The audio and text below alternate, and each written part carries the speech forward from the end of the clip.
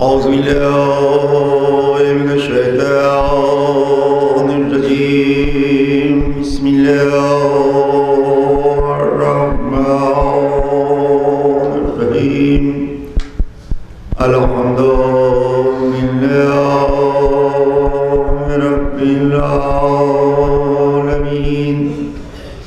والصلاة والسلام على أشرف الأنبياء والمرسلين، سيدنا ونبينا وشفيع ذنوبنا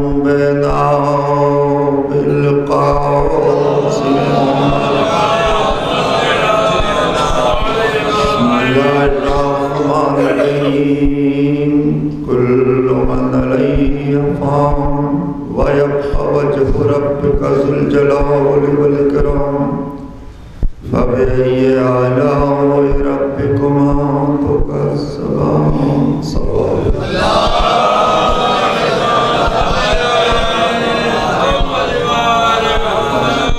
سورہ فاتحہ سورہ اخلاص کی تلاوت فرما احمد سہیل کی توکل سے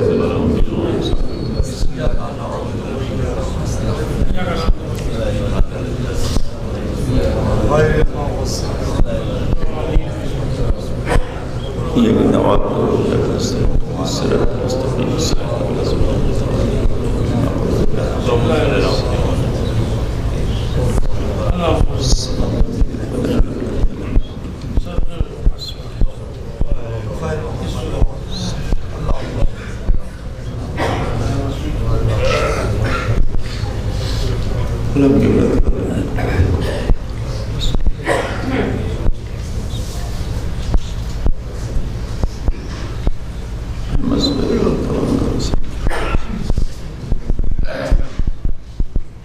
صلوات پڑھتے ہیں.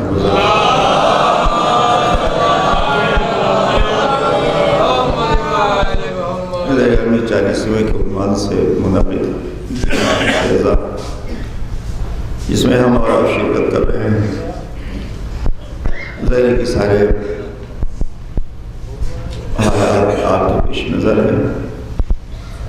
ابھی آپ کی نظم کے حوالے سے مرحوم کے سلسلے سے بھی حالات زندگی کو سماعت کر رہے تھے. اس وقت اگر آپ کے بیچ میں ابتدائی مرحلے سے چند جملے عرض کروں.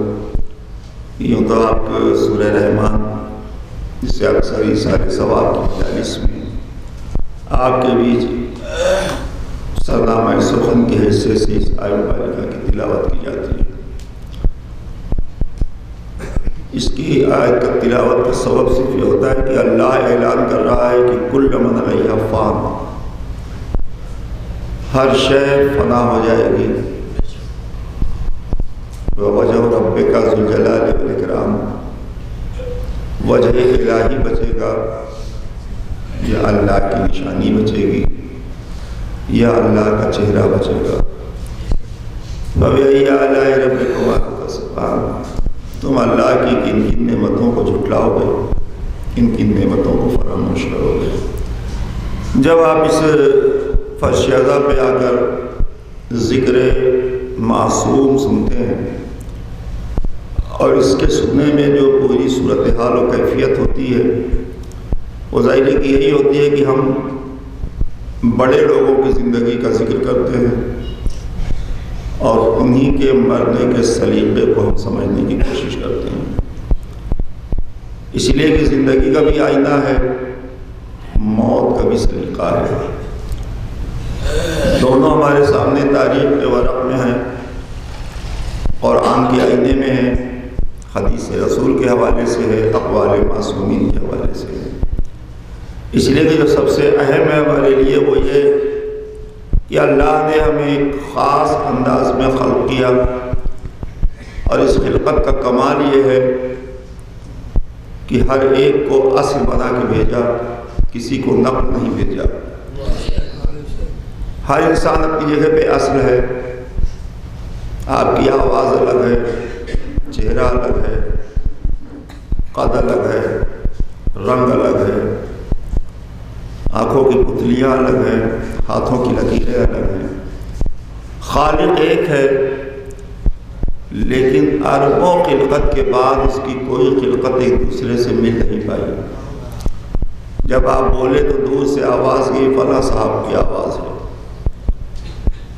اس کا مطلب یہ ہوا کہ آپ ہر معاملے میں اصل ہیں، اور نظام قدرت میں کسی کی نقل نہیں بننا ہے، اپنے اصل کو ابھارنا ہے۔ اللہ نے ہر ایک کو صلاحیتیں دی ہیں، اس صلاحیتوں کو چاہیے پیروں سے کچل دیجئے، چاہیے اسے سنوار کر دنیا کے سامنے دکھا دیجئے، یہ آپ کے اختیار میں ہے۔ لیکن اللہ نے سب کو صلاحیت دی ہے، یہ آپ نہ سمجھے کہ کوئی مزدور ہے تو اس کے پاس صلاحیت نہیں ہے، بغیر صلاحیت کے مزدور ہو ہی نہیں سکتا۔ ہر کسی کے پاس صلاحیتیں ہوتی ہیں، اور یہ وجہ ہے کہ جو دانشور ہیں، ادیب ہیں، پڑھے لکھے لوگ ہیں، ذہین ہیں، ان کے وہاں یہ جملے برابر کہے جاتے ہیں، اور میں بھی کئی بار آپ کے بیچ میں عرض کر چکا ہوں کہ جو آپ دیکھ رہے ہیں اگر اسے دیکھنا کمال نہیں سمجھنا چاہیے۔ ہم مجلس پڑھ رہے ہیں، ہمیں آپ دیکھ رہے ہیں تو ہمیں جاہل بھی دیکھ رہا ہے، عالم بھی دیکھ رہا ہے، بے دین بھی دیکھ رہا ہے، دیندار بھی دیکھ رہا ہے، صاحب ایمان بھی دیکھ رہا ہے، عالم کفر میں رہنے والا بھی دیکھ رہا ہے۔ تو جو شاید دکھائی دیتی ہے اسے دیکھ لینا کمال نہیں ہے، جو نہیں دکھائی دیتی اسے دیکھنا کمال ہے۔ اور اسی کی دعوت معصومین کی بارگاہ سے آپ کو بصارت اور بصیرت کے عنوان سے دی گئی ہے۔ جو چیز دکھتی ہے اس کے لیے بصارت چاہیے، آنکھیں ہیں تو آپ دیکھ لیں گے، لیکن جو چیز نہیں دکھتی اس کے دیکھنے کے لیے بصیرت چاہیے، اور جب تک بصیرت نہیں ہے تب تک بصارت کی کوئی قیمت نہیں بنتی۔ اس لیے کہ آنکھیں کچھ نہیں دیکھتی، آنکھیں تو طے کر چکی ہیں کہ یہ لال رنگ ہے تو ہے، وہ واقعی لال ہے کہ نہیں یہ الگ موضوع ہے۔ اب یہ فلسفے کے حصے میں نہیں جاؤں گا اس وقت، آپ جو دیکھ رہے ہیں اسے آپ طے کر چکے ہیں کہ یہ کالا رنگ ہے، اس لیے آپ کی آنکھیں کالا رنگ دیکھ رہی ہیں، لیکن واقعی وہ کالا ہے یہ طے نہیں ہے۔ آپ نے معین کیا ہے اسے، آپ کی آنکھوں نے معین کیا ہے، لیکن اسے اصل کو دیکھنا ہو تو اس کے لیے ذہانت چاہیے، بصیرت چاہیے، صلاحیت چاہیے، علم چاہیے، شعور چاہیے، بغیر اس کے آپ اندر کو نہیں دیکھ سکتے۔ اور قدرت نے آپ کو جو صلاحیت دی ہے وہ ظاہر میں تو آپ اس کا اظہار کرتے ہیں، لیکن ہے وہ چھپی ہوئی آپ کے اندر۔ یہ آپ سمجھتے ہیں کہ بہت اچھے لباس آپ کے جسم کو چھپاتے ہیں، آپ کی صلاحیتوں کو نہیں چھپاتے، آپ کی برائیوں کو نہیں چھپا سکتے ہو۔ یہ دنیا کا دیا ہوا لباس ہے، اسے پہن کر آپ نے دنیا کے سامنے کہہ دیا کہ بہت قیمتی ہے، لیکن یہ قیمتی لباس کچھ کر نہیں پایا، صرف آپ کے جسم کو چھپا لے گیا۔ کل یہی جب بوسیدہ ہو جائے گا تو آپ کے گھر کے سامنے کھڑی ہوئی گاڑی کو صاف کرنے کے کام آنے لگے گا۔ جس لباس پہ آپ غرور کر رہے ہیں اسی لباس سے آپ اس گاڑی کو پوچھنے لگیں گے۔ اس کا مطلب ہے کہ جو چیزیں فنا ہو جاتی ہیں اس پہ غرور نہیں ہوتا، اس پہ فخر نہیں کیا جاتا، اور جتنی مادی شے ہیں آپ کی وہ سب فنا ہونے والی ہیں، وہ بچنے والی نہیں ہیں۔ جو قدرت نے آپ کو خصوصی طور پہ صلاحیت دی ہے وہ کبھی کوئی چھین نہیں سکتا اگر آپ خود نہ اسے مٹانے پہ آمادہ ہو جائیں۔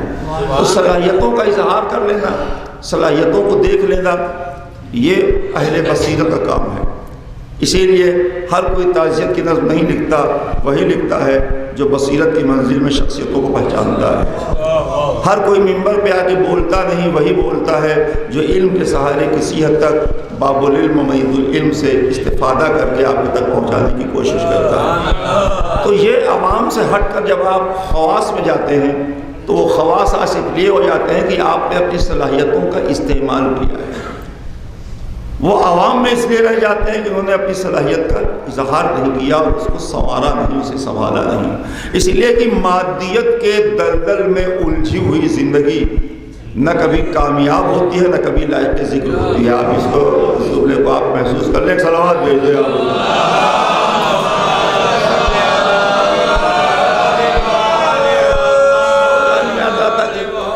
انہی ساری الجھنوں سے نکالنے کی الہی نسخے کو معصوم کہتے ہیں۔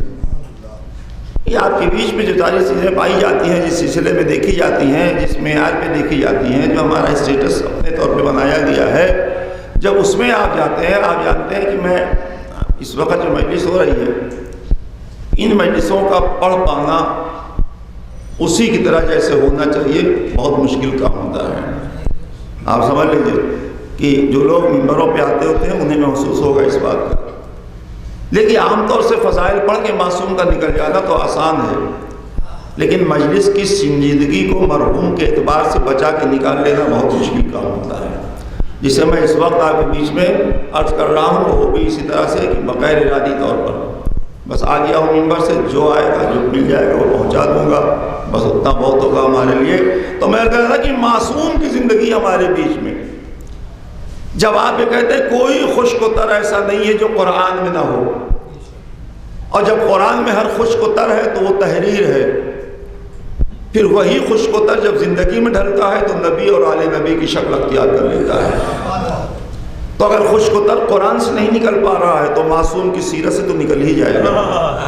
اگر وہاں آپ نہیں ڈھونڈ پاتے اس لیے کہ وہاں مولوی آپ کو کمزور کر دیتا ہے سمجھنے اور سمجھانے میں، اس لیے کہ جو تھوڑا سا جان سمجھ جاتا ہے وہ چالاکی کرنے لگتا ہے بتانے میں۔ اگر ایسا نہ ہوتا تو آج فرقوں میں بٹا ہوا مسلمان کیوں ہوتا؟ اگر صحیح مفہوم قرآنی ایک ہوتی تو ایک اسلام تھا، ایک مسلمان تھا، ایک صاحب ایمان تھا، ایک رسول تھا، ایک خدا کی ذات تھی۔ یہ پھر بکھرے ہوئے مسلمان کیوں ہیں؟ اس لیے کہ اپنی اپنی دکانوں کو چمکانے کے لیے غلط مفہوم پہنچا کر عقیدے کو کمزور کیا گیا اور ایمان سے دور کر دیا گیا، اور جسے جو بچپن سے ملا اسی کو عقیدہ سمجھ کر ڈھوتا رہا، اور ایک دن موت کی آغوش میں جا کے سپرد خاک ہو گیا۔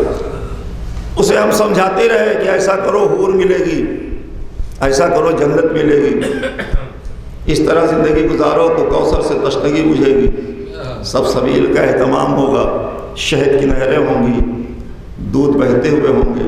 ہم نے جنت کی نعمتوں کا تو ذکر کر دیا، اور اس لالچ میں اپنے عقیدوں کو کچلتا ہوا بندہ صرف اسی کے اوپر ٹارگٹ بنا کے چلا کہ مجھے حور مل جائے گی اگر میں ایسا کروں گا۔ اور یہی وجہ ہے کہ دہشت گردی بھی حور کے ملنے کی لالچ کے دائرے میں آ گئی۔ کہا گیا کہ اگر ایک شیعہ کو مارو گے تو 70 حوروں سے تمہاری شادی ہوگی۔ تو ابھی وہ ملے گی نہیں ملے گی، یہاں وہ کر ڈالا انہوں نے جو کرنا تھا۔ تو یہ جو جہالت کی تاریکی میں الجھی ہوئی امت ہے اور کلمہ پڑھتی ہے مدینۃ العلم کا، نعرہ لگاتی ہے باب العلم کا، اور اس کے بعد نہ اس تک علم پہنچتا ہے، نہ شعور، نہ تہذیب، نہ ادب، نہ اخلاق، نہ اخلاص، ساری چیزیں کتابوں میں معصوم کی سیرت کا حصہ بن کر جزاک اللہ کے دائرے میں محدود ہو جاتی ہے۔ سبحان اللہ کہہ دیا تو آپ خوش ہو گئے کہ ہم نے تو سبحان اللہ کہا۔ یہ سبحان اللہ اس لیے کہا گیا ہے کہ آپ سبحان اللہ کہہ کے اپنی زندگی کو ان کی زندگی میں ڈھلوٹنے کی کوشش کریں، اسے تلاش کریں کہ وہ زندگی ہمارے تک ہم تک بھی آئی ہے کہ نہیں آئی ہے۔ اس لیے کہ نبی ان کی آل کی سیرت پاک کا تذکرہ اس لیے نہیں ہوتا کہ وہ محتاج تذکرہ ہے۔ جس کا قصیدہ قرآن پڑھ رہا ہو، جس کا قصیدہ نبی پڑھ رہے ہوں، نہ ہم قرآن سے آگے بڑھ سکتے ہیں نہ نبی سے بڑے ہو سکتے ہیں۔ تو جو اتنے بڑے بڑے لوگ قصیدہ پڑھ رہے ہوں، پھر وہ محتاج قصیدہ ہمارے لیے ذکر لائق ہے، لیکن ہم اس لیے کرتے ہیں کہ ہم اپنے آپ کو دیکھیں کہ ہم کہاں کمزور ہو رہے ہیں، ہماری زندگی کہاں ڈوب رہی ہے، ہماری زندگی کا سفینہ کہاں ہلاک ہونے جا رہا ہے، اور یہ ڈھونڈ کر ہم اسے بچائیں کہ ہم کیسے بچائیں۔ تو پھر معصوم کی بارگاہ سے سوال کر کے جواب لے لیجئے۔ ہر سوالوں کا، ابھرے ہوئے سوالوں کا قیامت تک جواب اگر کہیں ہے تو وہ در رسول اور آل رسول پہ ملے گا۔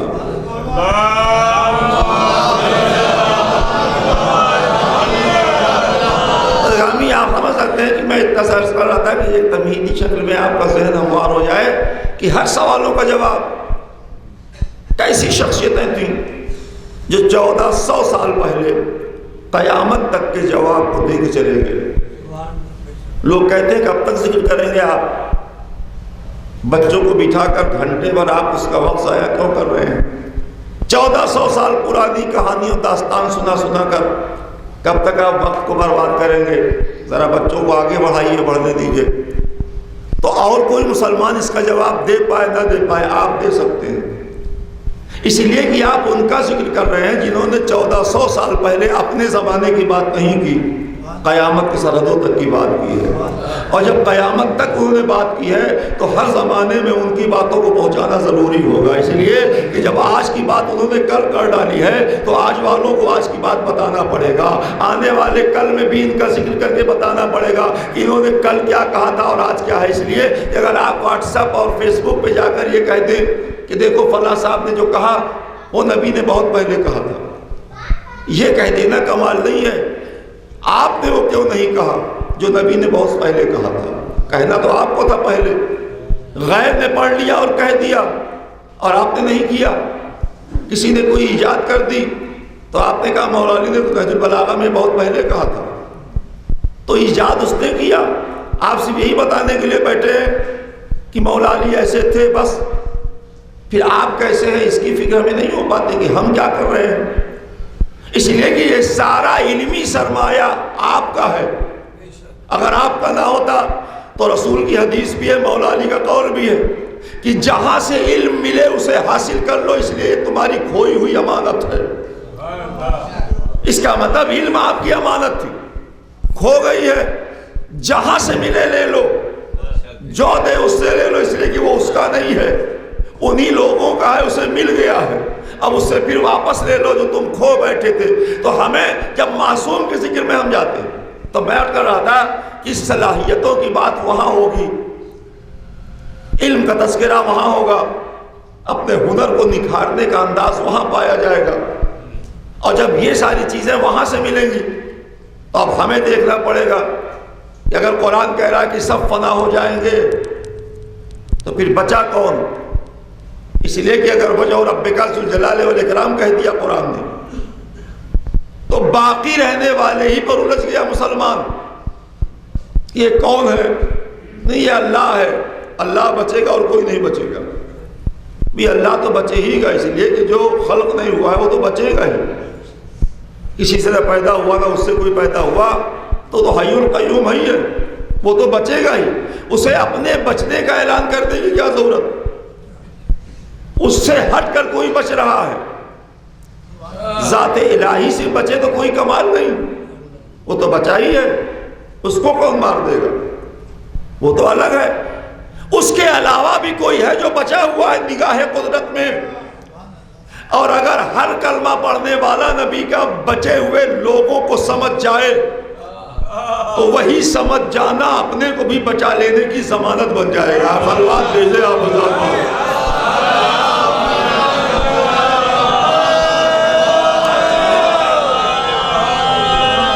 آخر ہمیں یہ فکر نہیں ہے کہ میں کیوں نہیں بچا، ہم نے اپنے لیے کیا طے کیا؟ ہم فنا میں جا رہے ہیں کہ بقا میں؟ تو زبان سے تو بقا ہی کہا جائے گا، لیکن حقیقت آپ خود جانتے ہیں، کوئی ایسا بندہ خدا نہیں ہے جو اپنی منزل کو نہ جانتا ہو، بتائے نہ بتائے الگ بات، ہر کوئی جانتا ہے کہ وہ جنت میں جائے گا کہ جہنم میں جائے گا، اس کو کسی مولوی سے پوچھنے کی ضرورت نہیں ہے، آپ کا دل آواز دے رہا ہے، اسی وقت آپ پوچھ لیجئے، آپ کو جواب مل گیا ہوگا کہ آپ جنت کے مسافر ہیں کہ جہنم کے، اس لیے کہ اب تو بتایا نہیں ہے کہ جنت میں کون جائے گا جہنم میں کون جائے گا، علم اتنا آگے بڑھ چکا ہے کہ ہر وقت آپ اسی میں الجھے رہتے ہیں، جب کچھ نہیں لیا علم تو بالکل نہیں لیا، اور جب لینے بیٹھے تو اپنے کو کھو بیٹھے اسی علم کے حصول میں کہ لے کے واٹس ایپ آ گیا اور فیس بک پہ بیٹھ گئے۔ اس لیے کہ آپ جانتے ہیں کہ معصومین کے اقوال کو ایک قول معصوم اگر ہم ایک مجلس میں سمجھ کر اٹھ کر لے کے چلے جائیں تو پھر مجلس میں آنا بھی آپ کا کامیاب ہے اور آپ کی زندگی بھی بقا کی منزلوں کے قریب ہو جائے گی۔ بہت زیادہ نہیں سمجھنا ہے کہ اب یہ کیسے ہوگا، وہ کیسے ہوگا، یہ کیسے نہیں۔ اسلام اور قرآن اور معصوم نے آپ کو صرف ایک اچھا انسان بننے کی پہلے دعوت دی ہے۔ اگر آپ ایک اچھے انسان نہیں بن پائے تو نہ مولوی بن پائیں گے، نہ شاعر بن پائیں گے، نہ صاحب ایمان بن پائیں گے، نہ مسلمان بن پائیں گے۔ اس لیے کہ انسان ہی سے آپ کا سفر شروع ہوا ہے۔ اللہ نے مسلمان کہہ کے نہیں پیدا کیا. لقد خلقنا الانسان فی احسن تقویم. میں نے انسان کو حسین ترین زندگی دی ہے. یہ نہیں کہا میں نے مسلمان کو حسین ترین زندگی دی. اس کے بعد رسول نے کہا ہے کہ کل مولود فطرت اسلام، ہر آنے والا بچہ فطرت اسلام پہ خلق ہوتا ہے، اسی پہ پیدا ہوتا ہے. پھر لوگوں نے سوال کر لیا کہ جب ہر بچہ فطرت اسلام پہ پیدا ہوتا ہے تو دنیا میں اور مذاہب کہاں سے آ گئے؟ یہ کافر، مشرک، منافق اور یہ بدترین لوگ یہ کہاں سے داخل ہو گئے اس میں؟ جب اللہ نے سب کو فطرت اسلام پہ خلق کیا تو پھر غیر مسلم کہاں سے آ گیا؟ تو اس کا جواب شبلی نعمانی نے دیا تھا. اسکالر ہیں، اسلامک اسکالر ہیں، ان کی تفسیر بھی ہے، ترجمہ بھی ہے، تاریخ بھی ہے اور بہت سارے فلسفے کے حصے بھی ہیں. شبلی نعمانی نے بڑے واضح طور پہ جواب دیا تھا جب لوگوں نے کہا کہ آپ یہ بتائیے کہ اللہ فطرت اسلام پہ سب کو خلق کرتا ہے تو پھر دنیا میں یہ لوگ کون ہیں، یہ کہاں سے آ گئے؟ کہا یہ بہت آسان نسخہ ہے. کہا کیا؟ کہا اللہ خلق کرتا ہے دین اسلام کی فطرت پر ہمیں، لیکن جس گھر میں پیدا ہوتا ہے اس گھر کے پالنے والے اسے اپنے جیسا بنا دیتے ہیں. کیا بات ہے، کیا بات. شبلی نعمانی کا جواب ہے، یہ ان کی کتاب میں محفوظ ہے کہ اب پالنے والے اس فطرت کے خلاف اس کی تربیت کر کے اسے اپنے جیسا بنا دیتے ہیں. تو جب غیر مسلم کے گھر میں کوئی بچہ آیا فطرت اسلام پر تو وہ غیر مسلم ہو گیا. منافق کے گھر آیا منافق ہو گیا، مشرک کے گھر آیا مشرک ہو گیا، کافر کے گھر آیا کافر ہو گیا. یہ جواب تو دے کے آگے بڑھ گئے، لیکن چونکہ آپ کو ذرا سا مجلس کے حوالے اس میں بھی داخل ہونا ہے تو بھی چند جملے میں عرض کر دوں کہ شبلی نعمانی یہ کہہ کے الگ ہو گئے کہ پالنے والے اپنے جیسا بنا دیتے ہیں. تو کم سے کم پھر پلٹ کے سوال کرنا چاہیے لوگوں کو کہ پھر نبی کو کس نے پالا اور علی کو کس نے پالا؟ اگر کسی نے نبی کو پالا تو ایسا پالا کہ وہ مرسل اعظم ہو گئے، کسی نے علی کو پالا تو ایسے ہو گئے کہ تاجدار ولایت بن گئے. تو یہ کون سا پالنے والا تھا کہ اگر مسلمان پالتا تو مسلمان بناتا، کافر پالتا کافر بناتا؟ یہ کون پالنے والے نکل آئے کائنات میں؟ ایک لوتی شخصیت ہے ان کے پالنے والوں کی. اس لیے کسی نے اپنے بچے کو نہ تاجدار ولایت بنایا نہ مرسل اعظم بنایا پالنا. اگر بنایا تو ایک ہی شخص نے بنایا جسے آپ حضرت عمران ابو طالب کہتے ہیں. آپ اندازہ لگائیں، اسی ذات نے نبی کو پالا، اسی ذات نے علی کو پال دیا اور دونوں بچوں کو پال کر گھر کے باہر نکال کر اپنے ایمان کا آئینہ دکھا دیا کہ اگر ہم ایسے ہیں تو جیسے ہیں ویسے یہ بچے ہیں جو گھر سے باہر نکل رہے ہیں. انہیں دیکھ لو، میرے ایمانی کیفیت کا اندازہ لگا لینا ہے. صلوات بھیجتے ہیں.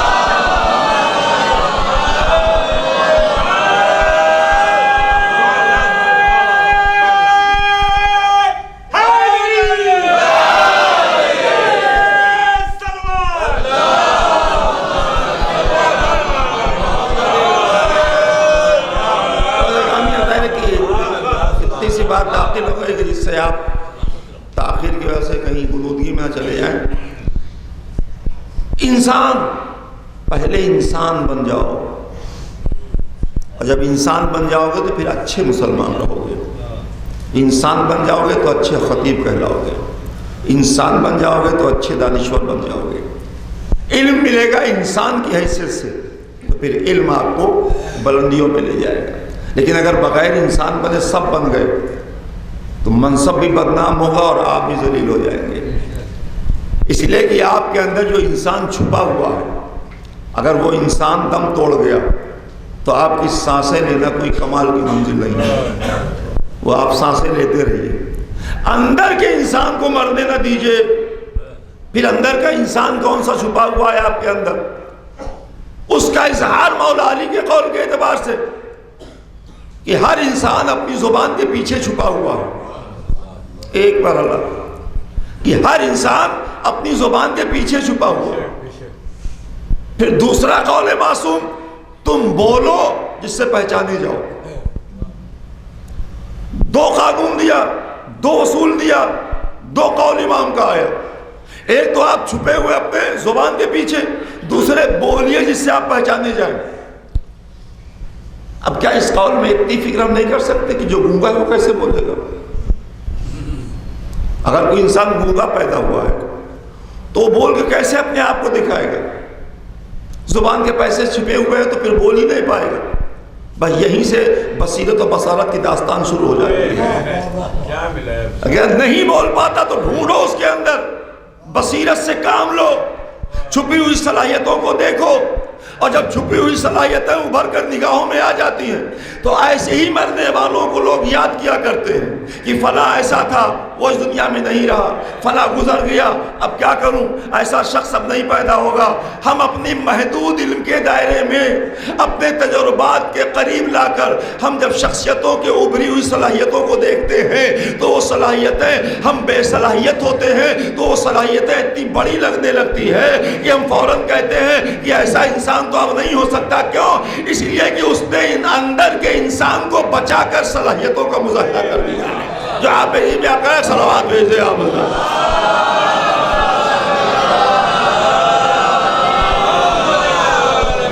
تو میں کہتا کہ بولو جس سے پہچانے جاؤ. کچھ لوگوں کے پاس ہوتا ہے کہ جملوں کا اور لفظوں کے قحط پڑا رہتا ہے، وہ بول ہی نہیں پاتے وہ بات جو کہنا چاہتے ہیں. سب سے بڑی دشواری یہی ہوتی ہے کہ آپ کے پاس ترتیب ہے کہ نہیں، الفاظ ہے کہ نہیں، جملے ہیں کہ نہیں، آپ اس کو جو بیان کرنا چاہتے ہیں کیا وہ ویسے ہی سنجیدگی سے پہنچا لے جائیں گے؟ وہی ضروری ہے. ہر کوئی نہیں پہنچا پاتا. اپنے ٹوٹے لفظوں میں کسی طرح ڈھونڈ ڈھاڑ کے ادھر ادھر کے لفظ سے وہ لاتا ہے تو پہنچاتا ہے، تو پہنچتا ہے تو غلط پہنچ جاتا ہے، صحیح لفظ پہنچ ہی نہیں پاتے. تو سب سے اہم ہے کہ زبان کی کامیابی ہے اندر کے انسان کا ڈیولپ ہونا.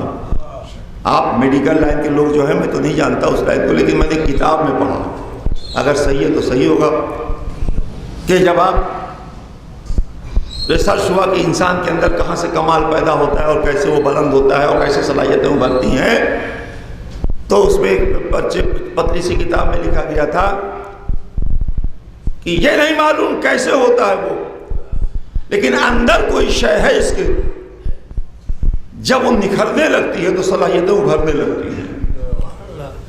آپ کو کیا کہا گیا کہ اپنی روح کو اتنا تقویت پہنچاؤ کہ وہ مضبوط ہو کر تمہاری صلاحیتوں کا اظہار کر لے جائے. مادیت کے دائرے میں صلاحیتوں کا مظاہرہ نہیں ہو پاتا، ممکن نہیں ہے، اس لیے کہ مادیت کی غلاظتوں میں ڈوبی ہوئی زندگی لذت کے دلدل میں اس طرح الجھ جاتی ہے کہ وہ نکل نہیں پاتے وہاں سے. خواہشوں کے جنگل میں، لذتوں کے دلدل میں جب انسان الجھ جاتا ہے تو پھر وہ ابھر نہیں پاتا. اسی لیے امام نے کہا کھانے کو ٹارگٹ نہ کرو، بس اتنا ہی کھاؤ جتنا تم زندہ رہ سکو. اس لیے کہ زیادہ کھانے سے عقلیں کمزور ہو جاتی ہیں، مناسب غذا لینے سے عقل کھلتی ہے، عقل مند آپ کہلاتے ہیں. اسی لیے 3 لفظ ہے نا، کم سونا، کم کھانا، کم بولنا. امام نے کہا دانشور کی یہی پہچان ہے، وہ کم سوتا ہے، کم بولتا ہے، کم کھاتا ہے. ہم نے فوکس کر دیا کھانے پر پورا، جہاں بیٹھے لگا اس کے بعد اب کھانی نہیں ہے، یہ آخری ہے. اس سے بچ کے رہنا چاہیے. جو بھی آپ طب کے دنیا کے لوگ ہیں وہ جانتے ہیں کہ زیادہ کھانے سے ہوتا کیا ہے. مولا علی نے کہا جب کھانے سے اٹھو اس وقت اٹھ جاؤ جب تمہیں لگے کہ ابھی اور بھوک ہے، ذرا سا بھوک لے کے اٹھ جاؤ، ورنہ ملی ہوئی نعمتیں تمہاری نگاہوں میں کمزور پڑ جائیں گی، پھر وہ اچھا نہیں لگے گا جب اسے زیادہ کھانے لگو. جہاں عقل بڑھتی ہے وہاں غذا کم ہوتی. اسی لیے جب عقل کل کی منزل میں آپ نے کسی کو دیکھا تو غذا 3 لقمے میں آ کے ٹھہر گئی. جب آپ نے مولا علی کی بارگاہ میں دیکھا کہ آپ نے کہا کہ 3 لقمہ کھاتے تھے، کیوں کھاتے تھے؟ اس لیے کہ عقل کل تھے. جب عقل بڑھتی گئی تو غذا گھٹتی گئی. اسی لیے آپ سنتے ہیں کہ علی نے دنیا کی لذتوں کو حاصل کر کے باب خیبر نہیں اکھاڑا ہے، 3 لقمے کھا کر روحانی طاقت اتنا بڑھا دی کہ کل ایمان کی حیثیت سے ایمانی قوت سے باب خیبر کو اکھاڑ کے پھینک دیا. اس لیے کہ اگر یہ طاقت نہ ہو تو کبھی آپ مضبوط ہو ہی نہیں سکتے. صلوات بھیج دیں آپ.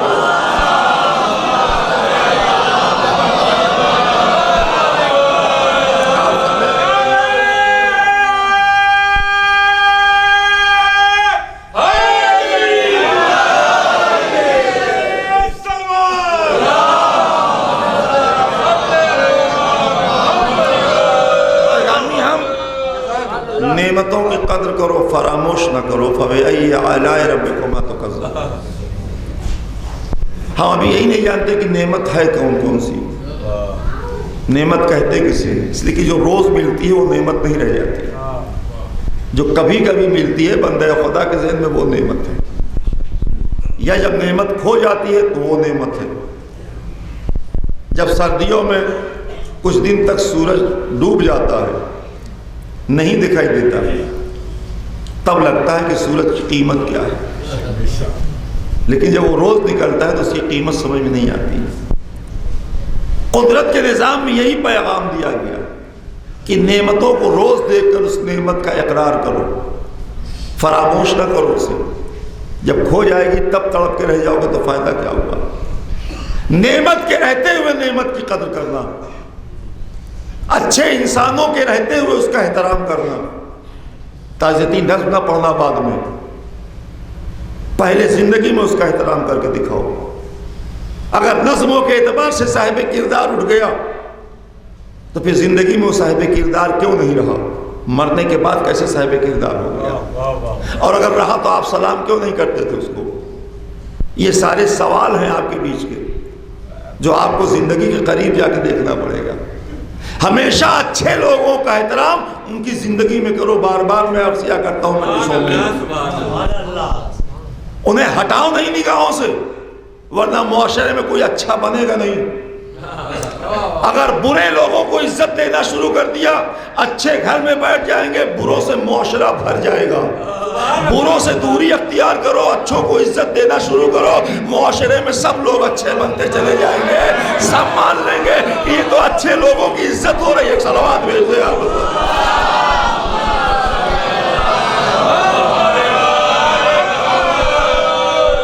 جس کی عزت نبی نے کی، مولا علی نے کی، معصومین نے کی، اس کی عزت کرنا سیکھو. جس کی عزت درباروں میں ہوئی ہے ان کی عزت نہ کرو. وہ دنیا کی لالچ اور منصب کے حوالے سے آئے تھے، لیکن وہ جو در اہل بیت پر آئے تھے وہ اپنے شکم پہ پتھر باندھ کے آئے تھے. جو رسول کی بارگاہ میں آئے تھے وہ بھوک اور پیاس کو گلے لگائے ہوئے آئے تھے کہ مجھے بھوک اور پیاس کی شکایت نہیں، آپ کے قرب چاہیے، آپ کے نقش قدم چاہیے، آپ کے پیغامات چاہیے، آپ سے اصول علم لکھنا ہے.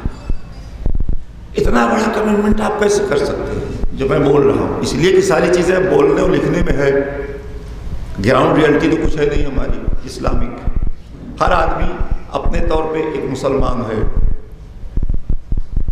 ایک ہی فرقے میں 2 لوگ نہیں میل کھاتے کہ ایک ہی فرقے ہیں کہ 2 لوگ تو ایک رہیں. ان کا بھی الگ مذہب ہے، ان کا بھی الگ مذہب ہے. ہر ذہن ایک مذہب بنا ہوا ہے، ہر ذہن ایک عقیدہ بنا ہوا ہے. ہوتا کیوں ہے یہ؟ اس لیے کہ جب ہائی اسکول کے بچے کو آپ پوسٹ گریجویٹ کے سلیبس پڑھا دیں گے تو سمجھے گا نہیں، اور جب نہیں سمجھے گا تو اسی ناسمجھی میں سب کرنے لگے گا کہ میں نے وہ کتاب پڑھی ہے. کتاب پڑھی تو کتاب کو سمجھے بھی ہے کہ نہیں سمجھے ہیں؟ اگر کتاب ہی سمجھ لیتے آپ تو سمجھانے والے کو اللہ بھیجتا کیوں؟ کتابیں ہم کہاں سمجھ پاتے ہیں؟ اس کے تو علم چاہیے، اس کے لیے شعور چاہیے، معصوم کی حمایت چاہیے، اس کے لیے ان کا قرب چاہیے. ہم اپنی مرضی سے کیوں سمجھتے ہیں؟ اللہ نے صرف قرآن نہیں بھیجا، مولوی میں قرآن بھی بھیجا. اگر مولوی کے پڑھ لینے کے اور سمجھ لینے کی کتاب تھی تو پھر نبی کو زحمت میں ڈالنے کی کیا ضرورت تھی اللہ کو؟ یہ میں نے کتاب و نور بھیجا. ارے کتاب بھیجنے کافی ہے، سب پڑھ لیں گے، سب عربی پڑھے ہوئے ہیں. عرب کی زبان جاننے والا عربی قرآن نہیں سمجھ پایا. جس کی زبان ہے عربی وہ نہیں سمجھ پایا. رسول بھی عربی میں بول رہے تھے عرب کی سرزمین پر، تو پھر تاریخ نے واضح طور پہ لکھا کیوں کہ پہلو میں بیٹھے ہوئے لوگ جو مادری زبان عربی جن کی تھی، وہ جب اٹھ کے جانے لگتے تھے تو دوسرے سے پوچھتے تھے ابھی نبی کہہ کیا رہے تھے. اس کا مطلب ہے کہ نبی کہہ کیا رہے تھے، یا تو وہ سو رہے تھے یا وہ عربی بول رہے تھے جو ان کی والی عربی نہیں تھی، ان کی والی زبان نہیں تھی. وہ قرآن کا زبان تھی، وہ الہی زبان تھی. مدرسہ الہی کے یہ طالب علم تھے جسے معلم بنا کے اللہ نے اس کائنات میں بھیجا تھا. اگر ان سے قرآن سمجھتے تو ہر مسلمان کی سمجھ ایک ہوتی. ایک سلوات بھیج دیا.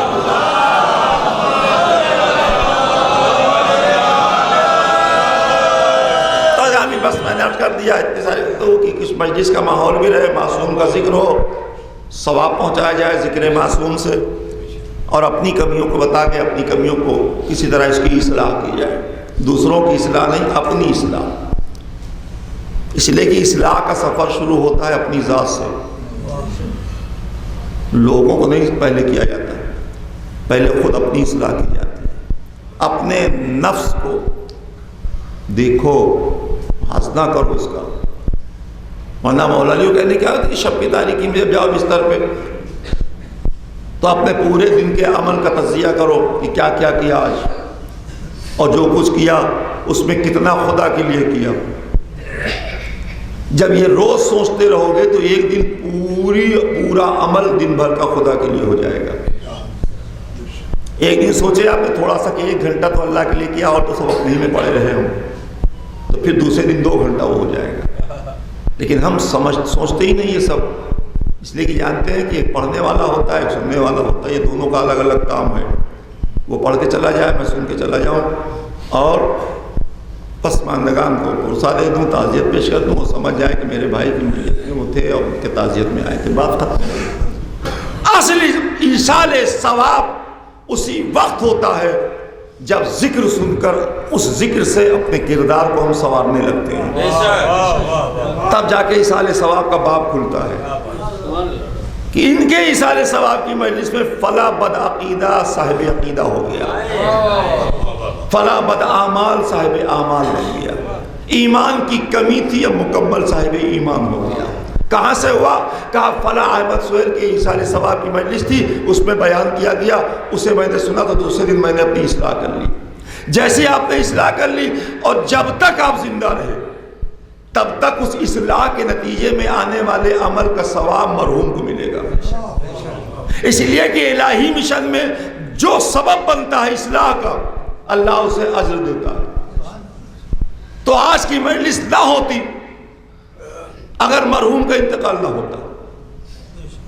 وہ سبب بنے اس مجلس کو منعقد کروانے کے.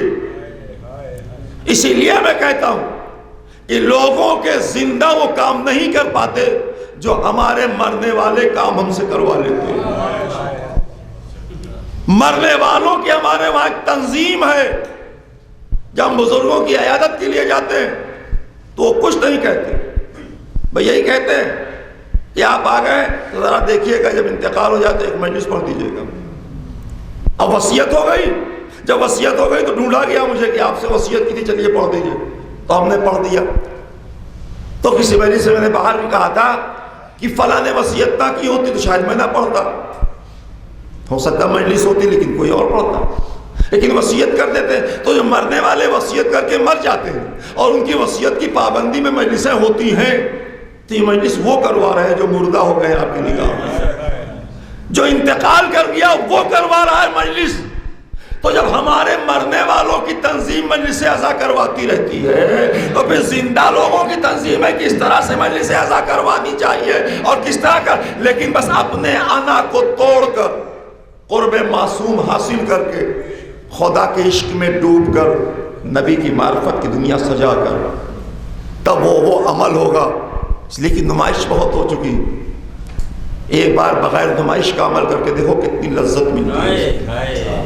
ایک بار فی سبیل اللہ عمل کر کے دیکھو اور پھر خاموشی میں کر کے دیکھو، پھر رات میں بستر پہ جاؤ دیکھو کتنی لذت ملتی ہے اس عمل کی.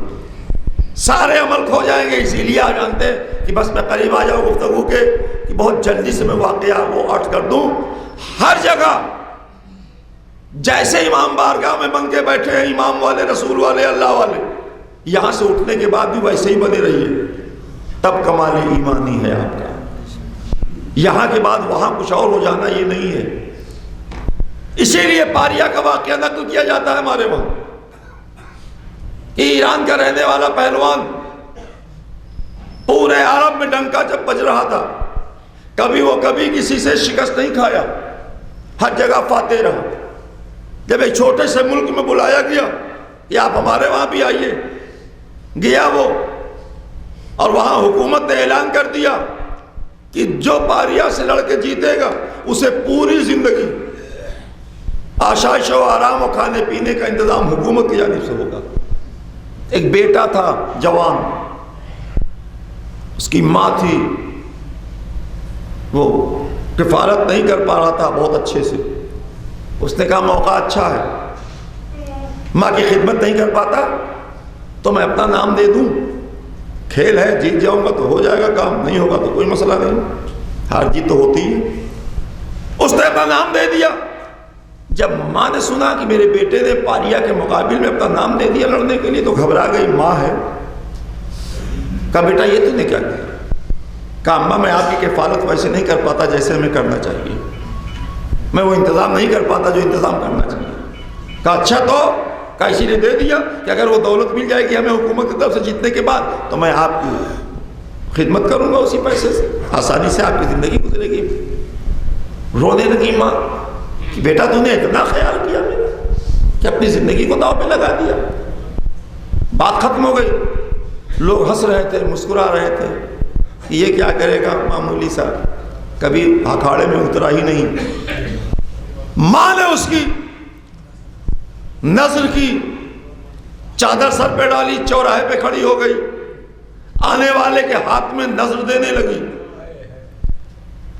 اس واقعے میں نظر کی بھی قیمت ہے، ہمیں سمجھنا چاہیے، بہت زیادہ عقل مند نہ ہو جائے ہم، کرے کوئی بات نہیں چلو ٹھیک ہے ہو جائے گا۔ نظر کی قیمت کو آپ سمجھیں۔ ماں نے نظر کروایا، آنے والے کو دینے لگی۔ کیا ہے بھائی؟ کہو میرے بیٹے کا ایک نامی پہلوان سے مقابلہ ہے، دعا کریے وہ جیت جائے تو میری کفالت وہ کرے اور میری انتظام خدمت کر لے گا۔ لوگ جاتے لیتے رہے، جاتے رہے۔ اسی راستے پر اسی چوراہے سے پاریا گزرا، آ گیا اس ملک میں۔ اب وہ پہلے والا دور تو نہیں کہ پروٹوکال ہو اور یہ ہو حکومت ہو، بس آ گیا جہاں بتایا گیا تھا۔ جب وہ گزرا تو اس کے ہاتھ میں بھی اس کی ماں نے دیا، پہچانتی تو تھی نہیں۔ اس پہلوان نے پوچھا یہ کیا ہے؟ کہا میرے بیٹے کا ایک نامی پہلوان سے مقابلہ ہے، آپ دعا کریے کہ وہ جیت جائے، میرا اکلوتا بیٹا ہے۔ لے لیا اس نے کہا یہ تو عجیب بات ہے، وہ مجھے پہچانتی نہیں، مجھ سے دعا کر رہی ہے، میں دعا کروں اپنے ہارنے کی؟ اگر میں اس کے جیتنے کی دعا کر رہا ہوں اس کا مطلب اپنے ہارنے کی دعا کروں۔ کشمکش میں الجھا ہوا پاریا قیام گاہ پہ گیا، آرام کر رہا تھا۔ صبح ہوئی، اعلان ہوا آؤ میدان کی طرف، ہجوم لگ گیا۔ پاریا بھی ادھر سے آیا تو نوجوان آیا اور آ کر جب اتر گیا کھڑے میں لوگ، داؤ چلا۔ پاریا نے جو اپنے غیرے کی نچوڑ تھا وہ اس لائن میں کبھی ہارا ہوا تو تھا نہیں، بڑے بڑے پہلوانوں کو پچاڑنے والا شخص۔ اس نے ایک ایسا داؤ کیا کہ وہ گرنے لگا سامنے والا نوجوان۔ اس نے کہا ارے پاریا کیا کر رہے ہو؟ اندر کا انسان جو میں ابھی تک بحث کر رہا تھا آپ سے، اسی اندر کے انسان کو میں دکھا کر آپ کی بات کو تمام کر رہا ہوں۔ اندر کا انسان، اندر کا اوپر والا نہیں۔ چہرے پہ جو کریم لگتی ہے وہ آپ نہیں ہیں، جو آپ نے کلر کیا ہے، ہیئر کلر کیا ہے وہ آپ نہیں ہیں، جو آپ نے قیمتی لباس پہنے وہ آپ نہیں ہیں، آپ اندر ہیں اندر۔ یہ تو دنیا کو دکھانے کے لیے کہ میں دولت مند ہوں اس لیے بڑا لباس پہنا، قیمتی جوتا پہنا اور قیمتی گاڑی لے لی، یہ سب چیزیں آپ نہیں ہیں۔ یہ سب گاڑی ہے، لباس ہے، جوتا ہے، موزہ ہے، چشمہ ہے، یہ سب چیزیں ہیں، آپ نہیں ہیں۔ آپ تو اندر ہیں۔ آپ کی حیثیت تب معلوم ہوتی ہے جب آپ بولنے لگتے ہیں، تب معلوم ہوتا ہے کہ آپ با تہذیب ہیں کہ بے تہذیب ہیں۔ پاریا نے داؤ دیا، پھر اس نے اپنے کو پچھاڑا کہ نہیں پاریا یہ نہ کرو، اس لیے کہ نفس کہہ رہا تھا کہ ہار جاؤ گے تو دنیا کہے گی ہار گئے، اندر کا انسان کہہ رہا تھا نہیں آج تمہیں ہار جانا چاہیے، ہر وقت جیتنا ہی کمال نہیں ہے۔ اس نے اپنے کو دھیرے دھیرے کمزور کیا، یہ نوجوان چڑھتا گیا، یہ کچھ سمجھ ہی نہیں پا رہا تھا، خوش ہوتا رہا۔ ایک وقت آیا کہ اس نے اپنے آپ کو دھیرے دھیرے نیچے کیا، اور وہ ابھی اسے دباتا اس کے پہلے ہی اپنی پشت زمین پہ لگا بیٹھا۔ اوپر سے وہ آیا، ریفری نے آواز دی، جیت گیا۔ یہ تو بات ہو گئی ختم، جو آیت اللہ دستگیر شیرازی نے شہید محراب نے لکھا اپنی کتاب میں۔ جب کھڑے ہوئے دونوں تو وہ جیت کر کھڑا ہے، کوئی مبارکباد نہیں دے رہا۔ کیوں؟ اس لیے جب صلاحیتیں معلوم ہوتی ہیں تب انسان اسی اعتبار سے جیت و ہار کو دیکھتا ہے۔ جانتے تھے بے صلاحیت ہے، اس کو نہیں ہو سکتا، یہ کیسے جیت سکتا ہے، جیت نہیں سکتا، کچھ تو ہے اس میں۔ پورے ملک کے ہجوم جو لگائے گئے تھے وہ سب پاریا کے پیچھے دوڑے، اور اس نے اپنے آپ کو جھاڑا اور لباس پہنا اور لے کے اپنے قیام باغ اب سب بھاگے ہوئے ہیں، وہ کھڑا رہ گیا وہیں۔ وہ رک رک کے کہتا رہا جاؤ اسے مبارکباد دو، تمہارا وہ نوجوان جیت گیا، میں ہار گیا ہوں، میرے پیچھے کیوں آ رہے ہیں؟ کہا نہیں، آپ سے سوال کا جواب لینا ہی ہے۔ کہا کیا؟ کہا آپ کبھی نہیں ہارے تو آج کیسے ہار گئے؟ جب قیام گاہ پہ پہنچا تو مڑا، کہا سنو میں کیوں ہار گیا یہ میں نہیں جانتا، لیکن اتنا سن لو کہ ابھی تک کی جیت میں جو لذت مجھے نہیں ملی آج اس ہار میں ملی ہوئی ہے۔ نتیجہ کیا نکلا؟ آج اس ہار نے مجھے بڑی لذت دی ہے اور میں اندر سے بہت خوش ہوں۔ ہار کے جتنا میں خوش ہوں اتنا ابھی تک میں جیت کر خوش نہیں تھا۔ کیوں؟ اوپر والا جیتتا تھا تو خوشی نہیں ہوتی تھی، یہ اندر والا جیتا ہے ہار کر اس لیے خوش ہو گئے۔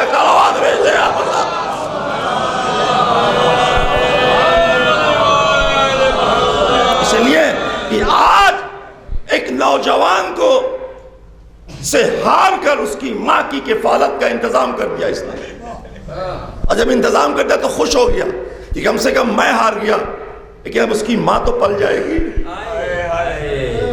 یہ ہے نظر کا فائدہ کہ جیتتے جیتتے جیتنے والا خود اپنی ہار مان لیتا ہے۔ یہ وسوسہ الہیہ ہے۔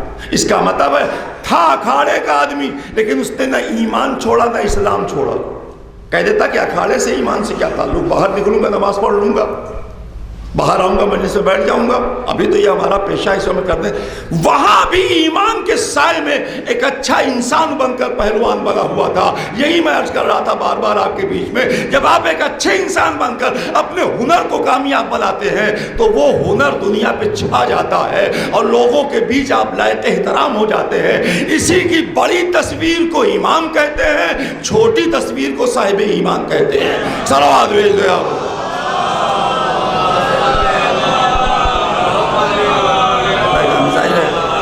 ہم اس وقت بیٹھے ہیں ایک نوجوان کے ایصال ثواب جس نے اپنے ہنر کو دنیا کے سامنے کم مدت میں پیش کیا جو ابھی تک آپ سن رہے تھے۔ اس لیے کہ وہ نوجوان لائق احترام ہیں جو خود کفیل ہو کے گھر والوں کی کفالت کا انتظام کر لے، جو کم مدت میں لوگوں کے دلوں پہ راج کرنے لگتے ہیں، جو کم وقت میں اپنے اصل نام کو دنیا تک پہنچا لے جاتے ہیں۔ اگر آپ نے چاروں طرف سے احمد سہیل ہو رہا تھا تو میں باہر کئی بار مجلسیں انتقال کے بعد مجلسیں پڑھنے گیا تو لوگ پوچھتے یہ احمد سہیل کون تھے؟ کہا آپ سے ملاقات ہے؟ کہا نہیں وہ فیس بک اور واٹس ایپ پہ اتنے دنوں سے میں دیکھ رہا تھا اور اتنے فالوور سن کے اور ان کے دعا کرنے والے اور ان کے چاہنے والے کتنے لوگ ہیں بھائی۔ اب آپ سمجھے جب اندر کا انسان ابھرتا ہے تو چھا جاتا ہے دنیا میں۔ تیز رفتار چل کر موت کے دروازے پر دستک دے کے زندگی کو رخصت کر دینا اور آنے کے اپنے مقصد کو اپنے نظریے سے پورا کر لینا کہ میں نے کر تو لیا، وہ جو 70 سال کی عمر میں شہرت نہیں پاتے ہو میں نے تو اتنی عمر میں پا لیا۔ اتنا تیز دوڑے کیوں؟ کہا اس لیے کہ مجھے جانا تھا، میرے پاس وقت ہی نہیں تھا کہ میں ذرا سا سست ہو جاتا اپنے معاملے میں، اسی لیے میں بہت تیز دوڑا تھا۔ کہ میں جلدی سے وہ کر لوں جو میری اپنی خواہش ہے. انسان کی خواہش کبھی مکمل نہیں ہوتی، لیکن کچھ خواہشیں پوری کر لینا اپنی زندگی میں تو ظاہر ہے کہ وہ تو کامیاب ہو گیا مرنے والا. اس نے تو آپ کے دلوں پہ راج کیا، آپ کی زبان سے اپنے نام کو لوا دیا، منبر پہ تذکرہ ہو گیا، سارے مومنین نے کہہ دیا کہ بھائی کیا شخصیت تھی. یہ کیوں ایسا ہے؟ اس لیے کہ جب آپ کے اندر کا انسان فنا سے بچ کر بقا کی منزل میں آ جاتا ہے، وہی بچا ہوا ہوتا ہے. اگر آج آپ اچھے ذہن سے آپ کے دل کی گڈ بک میں اگر احمد سہیل لکھا ہوا ہے تو یہی مم ماتا اللہ حب علی محمد ماتا شہیدہ ہے. یہی آپ کی زندگی ہے. جسموں کے ساتھ سامنے آنا زندگی نہیں ہے. جسموں کو رکھ کے لوگ مردہ ہو گئے ہیں اور جسموں کو چھوڑ کر لوگ زندہ رہے ہیں. یہ زندگی اور موت کا کلیہ فلسفہ نہیں ہے کہ آپ کھاتے پیتے دوڑتے ہیں تو آپ زندہ ہیں. نہیں، آپ مرے ہوئے ہیں. اگر بے مقصد ہے تو مر گئے ہیں، اگر مر کر با مقصد ہے تو زندہ ہے. یہی کلیہ قرآن کا کہ کچلی ہوئی لاشوں کو مردہ نہ کہنا. یہ زندہ ہے، اپنے رب سے رزق حاصل کر رہے ہیں. اور چلنے والے چوپائے ہیں تمہارے بیچ، انہیں زندہ نہ سمجھنا، یہ مر گئے ہیں. ان کے چمکتے چہرے ان کی زندگی کی ضمانت نہیں ہے. ان کے اندر کا انسان مر چکا ہے، اس لیے مر گئے. جو حسن تقویم کی زندگی اللہ نے دی تھی اسے دم توڑ دیا اس نے. کیا کہنا ایسے بچوں کا اور ایسے اس لیے کہ اب ظاہر ہے کہ مجلس پڑھتا ہوں تو پڑھتا ہوں، جن بچوں کی انگلیاں پکڑی ہوں ان بچوں کا 40 پڑھنا پڑے. ظاہر ہے کہ کتنی دشواری ہوتی ہے کہ چھوٹے چھوٹے اور ان کے والد صاحب ہمارے بہت قریب تو ہم لوگ ساتھ میں رہتے تھے. یہ لوگ چھوٹے چھوٹے آتے تھے تو ان کو اس وقت کے حالات کے اعتبار سے ٹافی دلا دو، یہ کر دو، دیکھو بھولو آئے ہیں، دیکھو یہ احمد. تو یہ پھر اب یہ ہو جائے کہ نہیں آپ کو مجلس پڑھنی چاہیے اس میں کہ اسی بچے ہیں. کیسا جب ہمیں ایسا لگتا ہے تو ماں کو کیسا لگتا ہوگا، بھائی کو کیسا لگتا ہوگا، ان کے رشتہ داروں کو کیسا لگتا ہوگا. پھر ان کی کیا منزل ہوگی، ان کی فکروں کو کہاں تک پہنچائیں ہزاروں. لیکن کیا کہنا، اتنا تو یقین ہے کہ کچھ دنوں کے لیے اس بچے نے اپنا نام دنیا کے بیچ میں چھوڑ دیا. جس راستے سے گزرا اس راستے پہ اپنے نقش قدم چھوڑ کر گیا. اگر چاہو تو سیکھ لو، کچھ وقت ضائع نہ کرو زندگی کا، سیکھ لو، آگے بڑھ جاؤ. رشتوں کے جال میں الجھ کر اپنی صلاحیتوں کو کمزور نہ کرو. ذرا ابھرو، باہر نکلو، دیکھو ابھی تمہاری عمر ہے، تم کچھ کر سکتے ہو. ایسا دکھانے والے یہ بچے جسے پچھلے سال ایک کو کھویا، دوسرے سال اپنی دونوں ایک طرح ایک طریقے سے. تو میں کہا تھا کہ اب ظاہر ہے کہ جب آپ کو اتنی اذیت ہو رہی ہے کہ جو اس وطن کے نہیں باہر ہیں وہ بھی زار و قطار رو رہے ہیں. کیا ہوا بھائی، وہ لڑکا مر گیا، بہت اخلاق سے ملتے تھے اور جہاں ملتے تھے بڑی محبت سے ملتے تھے، تو یہ ملتے تھے. اس کا مطلب وہی اندر کا انسان زندہ کیے ہوئے انسان بتا دیا اوپر کہ دیکھو ہم کس طرح سے. اس لیے کہ جب شوق میں ذکر اہل بیت شامل ہو جائے اور ذکر اہل بیت کروانے کا منتظم بن جائے آدمی کہ نہیں یہ اتنا کروں میں آ جاؤں گا، میں انتظام کر رہا ہوں وہاں سے کروا دوں گا، تو جو آپ کے لیے ہدایت کا راستہ کھول کر معصومین کے ذکر کا اہتمام کرے، پھر وہ شخصیتیں ہمارے بیچ میں کیسے مر سکتی ہیں. اس لیے وجہ اللہ کے یہی تو ماننے والے ہیں کہ جو اپنے کو بچا لے جائیں. لیکن ازادار و ظاہر ہے کہ ادھر آپ تعزیت میں سن رہے تھے تو اس میں بھی رو رہے تھے، مرثیہ سنی تو اس میں بھی. کیوں؟ اس لیے کہ نگاہوں کے سامنے تصویریں آ جاتی ہیں فوراً. بہت دشوار ہوتا ہے. اگر حساس طبیعت کا آدمی ہے تو جو بڑے بڑے پوسٹر لگائے ہیں میں اس کا قائل نہیں ہو پایا کہ جب گزرو تو عجیب صورت ہو جاتی ہے دیکھ کر. کہیں مسکراتا ہوا فوٹو لگا ہوا ہے تو کہیں کھڑا ہوا فوٹو ہے تو کہیں جھکا ہوا، وہ فوٹو ہی دیکھ کے عجیب کیفیت ہو جاتی ہے. نہیں برداشت ہو پاتا لوگوں سے. کھڑے ہو جاتے ہیں کچھ دیر کے لیے، دیکھیے کتنا اچھا تھا، یہ دیکھیے انتقال ہو گیا. تو ہمیں جب عام آدمی کے تاثرات یہ ہیں مردے والے کے لیے، تو گھر والوں کو تو میں تسلی نہیں کر سکتا کس طرح سے، وہ تو خود ہی جانتے ہیں. لیکن اللہ نے کہا ہم ضرور تمہیں آزمائیں گے. ضرور آزمائیں گے تمہیں.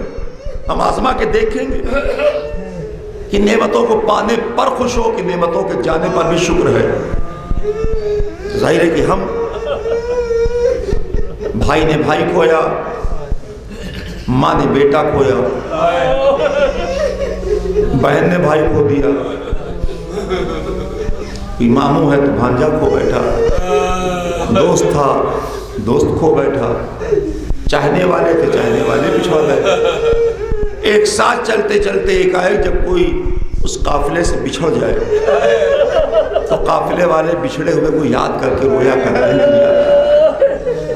تو جب اس ساری صورتوں میں آپ آتے ہیں ظاہر ہے کہ بہت ہی کامیاب زندگی کا مالک, لیکن ان سارے لفظوں کو سمیٹ کر اب اس بارگاہ میں چلا جائے کہ آپ کے کارواں سے ایک نکلا ہے, وہاں پورا کارواں ہی چلا گیا ہے.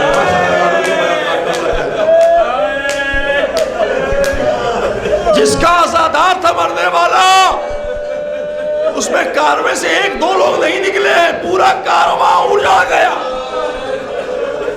کربلا کی سرزمین پر حسین لاشیں اٹھاتے رہے, کبھی بھانجے کی حیثیت سے اول محمد, کبھی بھتیجے کی حیثیت سے قاسم, کبھی بھائی کی حیثیت سے عباس, کبھی بیٹے کی حیثیت سے جوان علی اکبر. پورا کارواں. اس لیے آپ سنتے ہیں کہ فاطمہ کا چمن کربلا میں اجڑ گیا. ایک پھول ٹوٹ کے نہیں گرا ہے چمن سے, کلیاں ٹوٹی ہیں, پھول ٹوٹے ہیں, ڈالیاں کاٹ دی گئی ہیں, پتے اجاڑ دیے گئے ہیں. ایسا شجر زہرا اجڑا ہے کربلا میں کہ اسی اجڑے ہوئے شجر زہرا کا واسطہ دے کر ہم تسلی و تشفی دیتے ہیں اور صبر کی تلقین کرتے ہیں لوگوں کہ آئیے اسی کربلا سے مڑ کر پوچھا جائے کہ مولا آپ کے ساتھ کیا ہو گیا کربلا. بار بار مجلسوں میں فاتحے میں اور 10ویں 20ویں میں ساری مجلسوں میں ان کی میں بیان کرتا رہا, پھر عرض کر دوں آپ اس 40ویں سلسلے میں, اس لیے کہ میں مانتا ہوں کہ ابھی تک آپ مرحوم کی یادوں میں الجھے تھے. کھانا ہونے جا رہا ہے, آئیے تشریف لے آئیے, ابھی 10واں 20واں ہے 40واں ہے. اب کل کے بعد آپ سوچیں گے کہ اب تو ختم ہو گیا معاملہ سب, اب تو سناٹا ہو گیا, اب کچھ نہیں ہے, اب تو سب اپنے اپنے وہاں چلے گئے, اب تو میرا بھائی چلا گیا, بات ختم ہو گئی. تو سناٹا تو ہو گیا, لیکن ویسا سناٹا نہیں ہوا جیسا زہرا کے گھر میں ہوا. کون سے مصائب آپ کے بیچ میں پڑے جائیں, وہی کربلا جو آپ کو صبر کی تلقین کرے, وہی میرا مولا حسین نواسہ رسول فاطمہ کا لخت جگر آواز دے رہا, آؤ بھائی کے غم میں ڈوبے ہو, یہ فطرت ہے تمہاری, ڈوبو گے, رو گے, تڑپو گے, اس لیے کہ میں بھائی کی قیمت جانتا ہوں, بھائی کے قریب کیا ہوتی ہے. بھائی کے مرنے پہ تو میں نے کہا تھا میری کمر ٹوٹ گئی, اسی بارگاہ میں آپ بیٹھے ہوئے ہیں, باب الحوائج میں آپ فرمائے, آپ یہاں مجلس میں تجربے, تو یہی تو امام حسین نے کہا تھا بیٹا بھیا عباس تمہارے مرنے سے حسین کی کمر ٹوٹ گئی. اب تو سمجھ ہی میں آ گیا کہ جب حسین جیسے بھائی کی کمر ٹوٹ گئی, معصوم ہے, امام ہے, تو پھر ہمیں بھائی کا غم, بھائی کا داغ کیسا لگتا ہوگا, ہم اسے محسوس نہیں کر سکتے. اگر کوئی ماموں رونے لگے تو کیا جواب ہوگا, آؤ میرے اول محمد کو دیکھو لاشا پڑا ہوا, بھتیجے کو دیکھو لاش کے ٹکڑے ہو گئے, میں لاش کو عبا کے دامن میں سمیٹ کر لایا ہوں. ہم لاشوں کو اہتمام کے ساتھ لاتے ہیں, لیکن ارباب ازا بس آپ گریا بھی کر چکے ہو, یہ ہو گیا. جب اس جوان کا ذکر آپ کرتے ہیں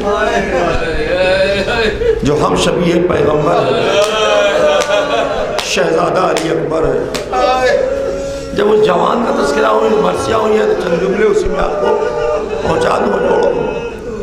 اس لیے کہ آپ جانتے ہیں کہ حسین بن نمیر ملعون جو یزید کا سپاہی تھا, جو مدینے پہ حملہ کرنے آیا اور وہاں سے دوڑایا گیا، زخمی ہو کے بھاگا. تو میرے بیمار امام خیمہ زن تھے مدینے سے باہر، جان بچانے کے لیے ان کے خیمے میں داخل ہو گیا، اور جب دیکھا کہ مسند پہ امام لیٹے ہوئے ہیں تو فوراً اپنے آپ کو پیچھے کیا.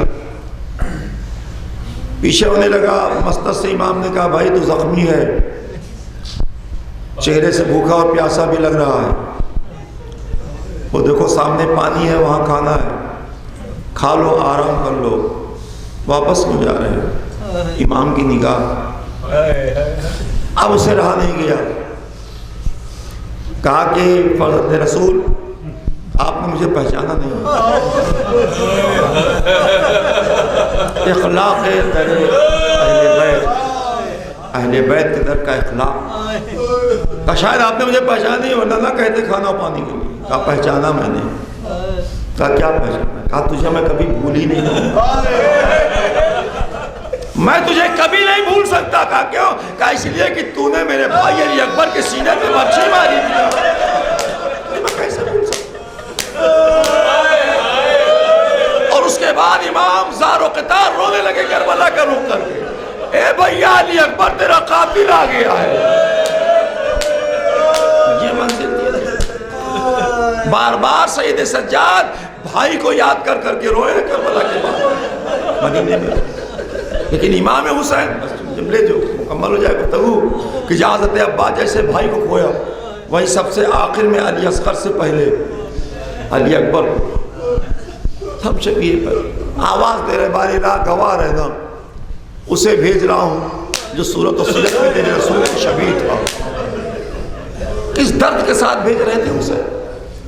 خیمے سے کتنی مشکل سے نکلے علی اکبر، سکینہ جیسی بہن کھینچے ہوئے دامن کو. بھیا نہ جائیے، جو گیا واپس نہیں آیا ہے، آپ بھی چلے جائیں گے. ایک بہن کا درد تھا بھائی کے لیے.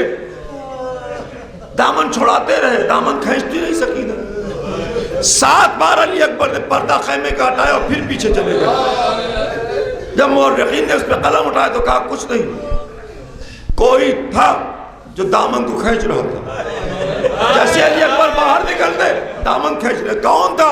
کہا کوئی وہی تھی جو بازو تک نہیں پہنچ پا رہی تھی، دامن ہی تک پہنچ پا رہی تھی. ہائے وہ سکینہ جیسی بہن تڑپ رہی تھی بھیا علی اکبر. بھائی نکل گئے. اسی لیے آپ کہتے ہیں جب خیمے سے نکلے تو ایک ہنگامہ تھا. خیمے سے نکلے تو اس طرح نکلے جیسے جوان کی میت نکل رہی ہو. سکینہ جیسی بہن کربلا میں تڑپی. ادھر حسین بیٹھے ہی تھے کہ دق الباب ہوا، آواز دی، فضا آئی. کون ہے؟ کہا میں نواسہ رسول حسین سے ملنا چاہتا. واپس گئی. شہزادے جائیے، آپ کو کوئی پوچھ رہا ہے. آئیں. کتنا مظلوم ہے میرا مولا.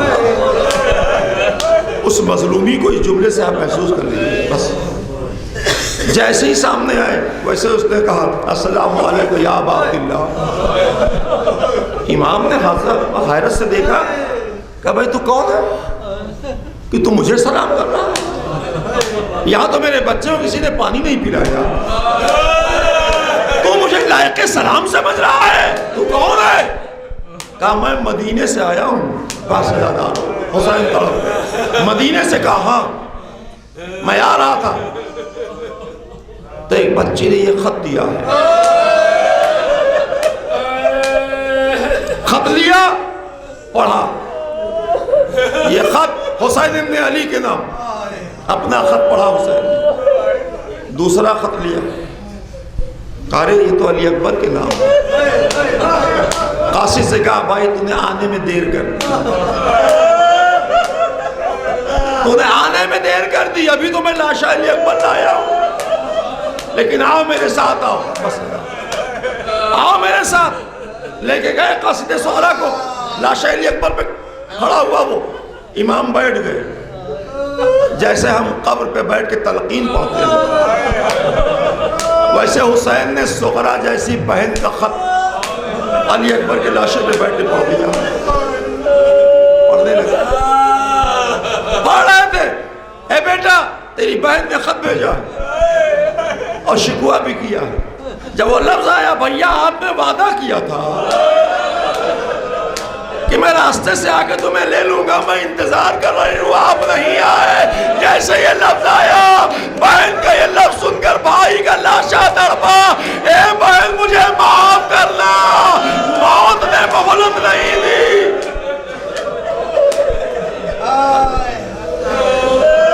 پڑھ دیا ختم ہو گئی. یہ علی اکبر بس. اب ایک آپ ظاہر ہے جب آپ اس جوان کی ماں کو دیکھتے ہیں, بڑی مشکل منظر ہے, جسے گود میں کھلایا گیا, ذہنوں میں رہتا ہے کہ میری میت کو لے جائے گا, اس کو خاک کرے گا,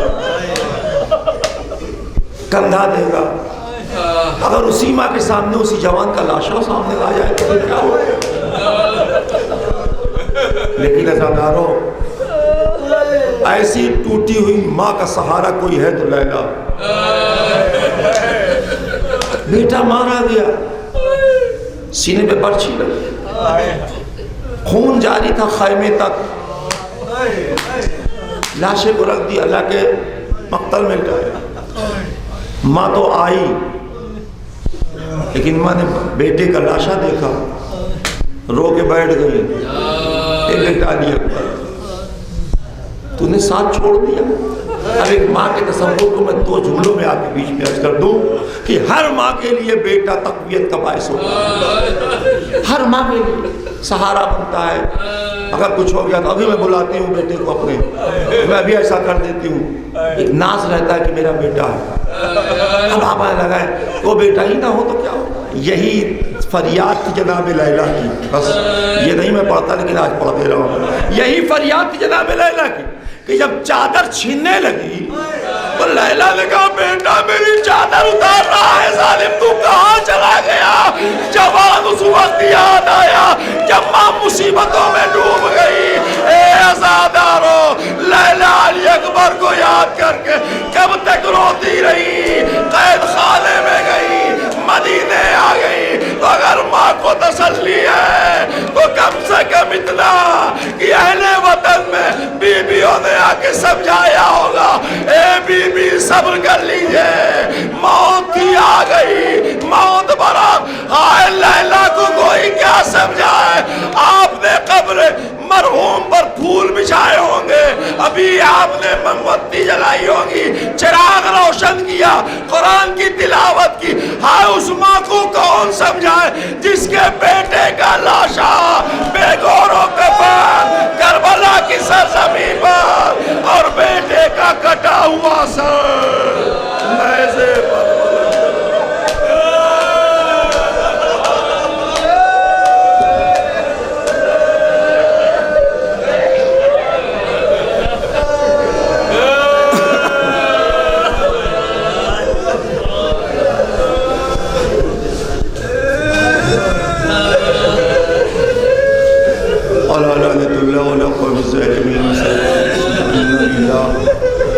وَإِنَّا إِلَيْهِ رَاجِعُونَ. رَزَلُ بِالْفَضَائِلِ تَسْلِيمًا لِأَمْرِ. جاد باقی سورہ فاتحہ احمد سورہ ہم نے توقع سے